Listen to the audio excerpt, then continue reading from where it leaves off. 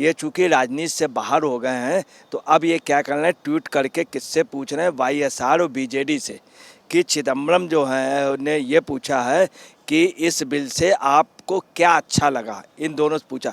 पहली बात तो चिदम्बरम होते कौन है? चिदम्बरम ना कांग्रेस के अध्यक्ष हैं, ना लोकसभा में अध्यक्ष हैं, ना राज्यसभा में अध्यक्ष हैं। जेल बेल खेल के बीच में सना हुआ व्यक्ति जो भ्रष्टाचार में खुलेआम पला पढ़ा और उसी में रह रहा, वो शख्स की इतनी हिम्मत कि वो पार्टी से पूछ रहा है, वाईएसआर और बीजेडी से, कि इस बिल में आपको क्या अच्छा लगा। उन्होंने एक बात कही है कि अधिकारी मालिक होंगे, मंत्री अधीनस्थ होंगे। तो याद रखिएगा, अधिकारी अपने को साफ कहता है मैं सरकारी नौकर हूँ, मगर नेताओं को, इन भ्रष्ट मंत्रियों को भी सोचना चाहिए, ये जनता के सेवक हैं, जनता के मालिक नहीं।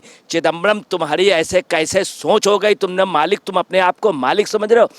चिदम्बरम ने जितना भ्रष्टाचार किया, आतंकवादियों से इन्होंने ही छद्म आतंकवाद को बढ़ावा दिया है। देखिए, ऐसा है कि एक चना क्या भार फोड़ सकता है। एक इनका सांसद है, बुरी तरीके से हार गए ये। दूसरी बात है कि ये एक अमित शाह के नाम से डर गए जब ये हुआ कि अमित शाह के पेश करेंगे। इनके पास एक सांसद था, पूरे देश में ये घूमे।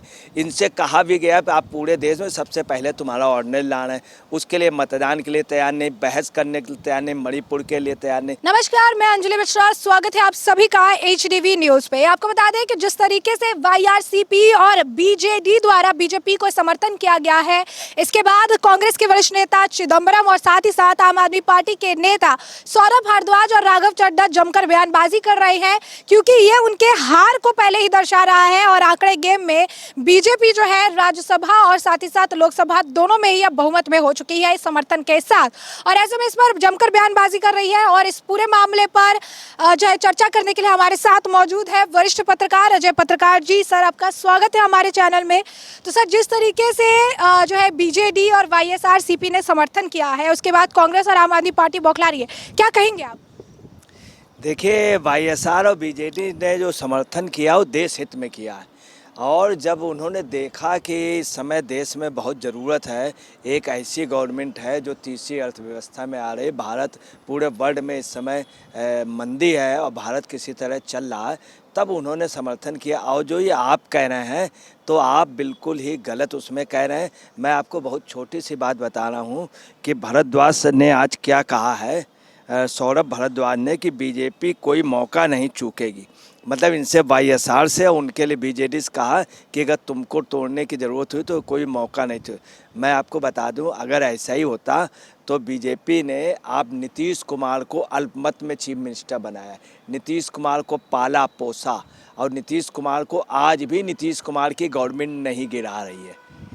एक एग्जाम्पल। दूसरा, बीजेपी का अगर उनसे पंजाब में गठबंधन रहा, अगर गठबंधन टूट गया मगर गवर्नमेंट नहीं गिराई, कोई उनसे वो नहीं की, बीजेपी ने किसी से भी वो नहीं किया। दूसरा, आपको बताने जो चिदम्बरम साहब हैं, कि चिदम्बरम साहब ने आज जो बोला है कि इन्होंने क्वेश्चन किया है और ट्वीट करके, ये चूँकि राजनीति से बाहर हो गए हैं तो अब ये क्या कर रहे हैं, ट्वीट करके किससे पूछ रहे हैं, वाईएसआर और बीजेडी से, कि चिदम्बरम जो है ने ये पूछा है कि इस बिल से आपको क्या अच्छा लगा। इन दोनों से पूछा। पहली बात तो चिदम्बरम होते कौन है? चिदम्बरम ना कांग्रेस के अध्यक्ष हैं, ना लोकसभा में अध्यक्ष हैं, ना राज्यसभा में अध्यक्ष हैं।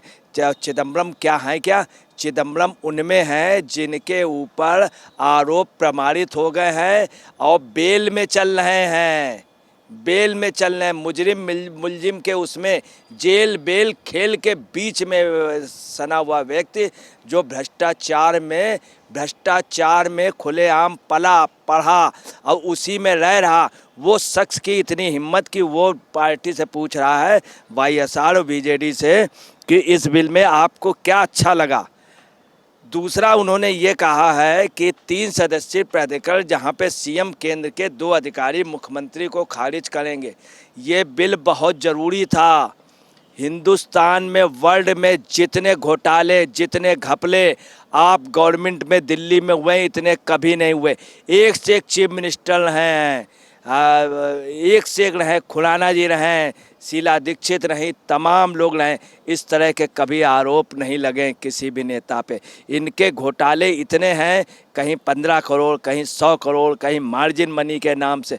बहुत स्पष्ट बोला गया है कि इन्होंने बाकायदे मीटिंग की, रुपया दिया गया, और सब ये आप सरकार के इतने मंत्री जेल में हैं कि पूछे नहीं, इतने किसी के मंत्री जेल नहीं हैं, जिनके लिए हाई कोर्ट तक ने लिखा है कि इनकी डिग्री जब्त कर दें। जो इनका ला मंत्री था वो पता चला ला पढ़ाई नहीं था। अब आपको बता रहे, दूसरा उन्होंने क्वेश्चन क्या किया, अधिकारी मंत्री पर हावी होंगे। अगर मंत्री गलत है तो अधिकारी को हावी होना चाहिए। मैं आपको फिर बता रहा हूँ, जुडिशरी अब अच्छे अधिकारी ना हो तो तमाम भ्रष्ट मंत्री इतना भ्रष्टाचार करें कि पूछे नहीं। आपको बता रहे, जहाँ अधिकारी हावी नहीं हुए वहाँ क्या हुआ। बिहार में क्या हुआ, बिहार में लालू यादव ने अधिकारियों को डांट देते थे, गाली दे देते थे, भगा देते थे, तो उसका रिजल्ट रहा कि चारा घोटाला इतना बड़ा हुआ कि स्कूटर के नंबर मिल रहे थे, फर्जी नंबर मिल रहे थे। अभी लैंड फॉल उसमें हुआ, अधिकारियों ने इनके ऊपर अंकुश, अधिकारी अगर अंकुश न करें तो कई भ्रष्ट नेता बहुत ज़्यादा। तीसरी बात इन्होंने जो बोली है कि 2 अधिकारी बैठक का कॉलम पूरा कर सकते हैं, बिल्कुल ठीक है।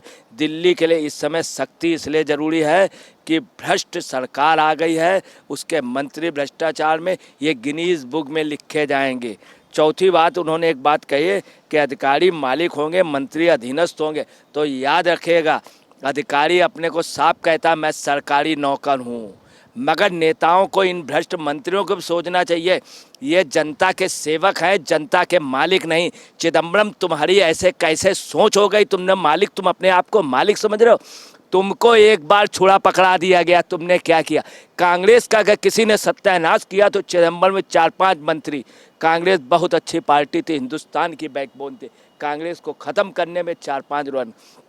और चिदम्बरम ये होते कौन है? चिदम्बरम सोनिया जी से पूछें, चिदम्बरम उनसे पूछें, खड़गे जी से पूछें। चिदम्बरम ये खुद बताएं कि उनके यहाँ कितने करोड़ रुपए की घर पे गोभी उगी थी, कितने करोड़ रुपए की गमलों में।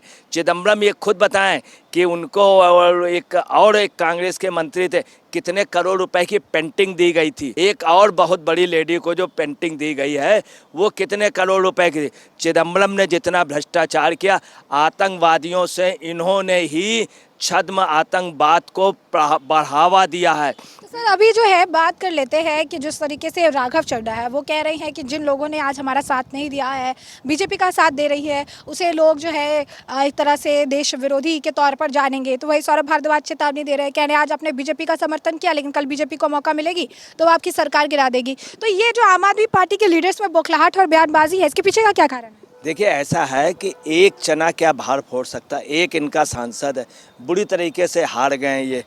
दूसरी बात है कि ये एक अमित शाह के नाम से डर गए, जब ये हुआ कि अमित शाह के पेश करेंगे।